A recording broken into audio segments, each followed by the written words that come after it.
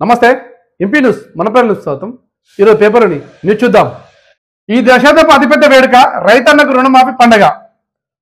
2 లక్షల ఏకకాల రైతు రుణమాఫీ జూలై 2024 నుండి నేరుగా రైతుల రుణ ఖాతాల్లోకి డబ్బు జమ. ప్రగతి పదం సకల జనహితం మన ప్రజా ప్రభుత్వం అని చెప్పేసి ఆంధ్రప్రదేశ్లో పెద్దగా పేజీ మొత్తం యాడిచ్చిన వార్త మనం చూడొచ్చు. కాంగ్రెస్ పార్టీ ప్రభుత్వం ఇంతకుముందు ఎన్నికల్లో ఏదైతే హామీ ఇచ్చిందో 2 లక్షల రుణమాఫీ అని, అసలు ఎప్పుడైనా ఏ ప్రభుత్వం అయినా ఇన్ని సంవత్సరాల కాంచి ఏ ప్రభుత్వం అయినా కూడా లక్షల లోపు రుణమాఫీ ఉండేది. కానీ ఈ ప్రభుత్వం మాత్రం 2 లక్షల రుణమాఫీ చేస్తుంది. అందుకే ఇంత పెద్దగా యాడిచ్చిన వార్త మనం చూడొచ్చు. గచ్చిరేల్లో ఎన్కౌంటర్ 12 మంది మావోయిస్టుల మృతి. మావోయిస్టులకు ఇది ఎన్నోసార్లు ఇప్పుడు ఈ 6 నెలలోనే చాలా దాదాపు 150 మంది దాకా మావోయిస్టులు ఎన్కౌంటర్ జరిగినాయి, అందరూ చనిపోయారు. ఇప్పుడు మరో 12 మంది మావోయిస్టులు మృతి చెందిన వార్త మనం చూడొచ్చు. ఇది ఛత్తీస్గఢ్ మహారాష్ట్ర బార్డర్లో గచ్చిరోలిలో జరిగిన వార్త. జూరాలకు బిరబిర కృష్ణమ్మ పైన కర్ణాటకలో ఫుల్ వర్షం కొడుతున్నాయి. దాంతో జూరాలకు అక్కడ ఆల్మట్టి నిండి ఆల్రెడీ జూరాలకు ఫుల్ వాటర్ వస్తున్నారు. దాని నుంచి శ్రీశైలం కూడా నిండుతున్న వార్త మనం చూడొచ్చు.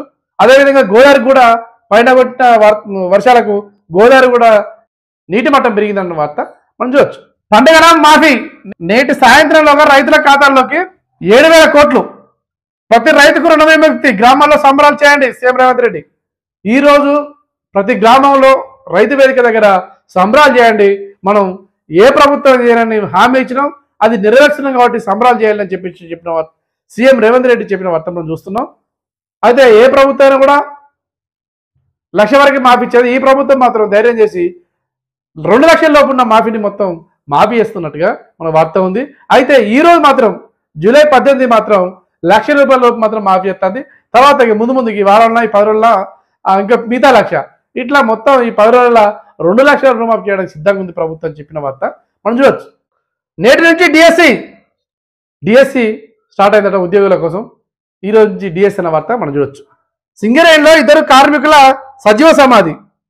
రామంగుండం దగ్గర సింగరేణిలో బొగ్గల్లో మరి కొత్త ఏం చేస్తా తెలియదు కానీ ఆ మట్టి పిల్లలు ఆ బొగ్గుగల్ల పిల్లలు కూలి 2 సజీవ దహనం, 2 సజీవ సమాధి అయిన వార్త మనం చూడొచ్చు. వైద్య శాఖ బదిలీలో మోసం. ఇప్పుడు ఆల్రెడీ ప్రతి శాఖల్లో ట్రాన్స్ఫర్ నడుస్తున్నాయి, బదిలీలు నడుస్తున్నాయి. ఆ బదిలీలో కొందరు తిష్ట వేసిన వైద్యులు ఏం చేస్తారు, బేరసారాలు నడుస్తారట, లంచాలు నడుస్తారట. నన్ను ఇక్కడి ఫోన్ చేద్దరు కొందరు ఒక పలానా చోటుకి అక్కడ బాగుంటారు కొందరు. ఇట్లా వైద్య శాఖ బదిలీల్లో మోసాలని అని చెప్పేసిన వార్త మనం చూడొచ్చు. నేడు రేపు అతి భారీ వర్షాలు. ఇన్ని రోజులు చిన్న చిన్న జవులతో ఉన్న వాతావరణం రేపు ఎల్లుండి భారీ వర్షాలతో ఉన్న వార్త మనం చూడొచ్చు.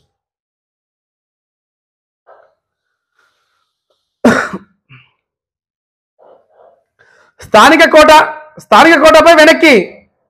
కర్ణాటకలో రిజర్వేషన్ రగడ. మరి అక్కడ రిజర్వేషన్ రగడ అంటే ముఖ్యమంత్రికి రిజర్వేషన్ రగడ తగిలిందట కర్ణాటకలో. స్థానిక కోటపై వెనక్కి అని చెప్పిన వార్త మనం చూడొచ్చు. ప్రజావాణి ఫిర్యాదులకు ట్రాకింగ్. అయితే ఇంతకుముందు ప్రజావాణిలో ఇచ్చే ప్రతి కంప్లైంట్కు ఒక ట్రాకింగ్ సిస్టమ్ ఇచ్చిల్లట గవర్నమెంట్. ఇప్పుడు సీఎం రేవంత్ రెడ్డి దగ్గర ప్రజాభవన్లో ప్రతి శుక్రవారం ఆల్రెడీ ప్రజావాణి నడుస్తుంది. ప్రజావాణి ఇచ్చిన కంప్లైంట్ పై ఒక ట్రాకింగ్ నెంబర్ ఇస్తుందట. ఆ ట్రాకింగ్ నెంబర్ ఇస్తే ఏమవుతుంది, మన ఇంటికి వచ్చిన తర్వాత కూడా మాటికి మనం హైదరాబాద్ పోలేం కదా, తెలంగాణ నలుమూల నుంచి ఎవరో వచ్చి కంప్లైంట్ ఇస్తారు. మళ్ళీ దానికి ట్రాకింగ్ నెంబర్ ఇస్తే మన ఇంటికి నుంచి కూడా ఆ ట్రాక్ కొట్టుకొని ఆ కేసు ఎంతవరకు వచ్చింది, మనం ఇచ్చిన కంప్లైంట్ ఎంతవరకు వచ్చింది, ఏం కాదు ఏ దశలో ఉందని చెప్పొచ్చట, చూసుకోవచ్చట. ఓకే సరిగా లేకపోతే మళ్ళీ ఆన్లైన్లో అప్లై చేసుకునే వెసులుబాటు కూడా ఇచ్చిన వార్త మనం చూడొచ్చు.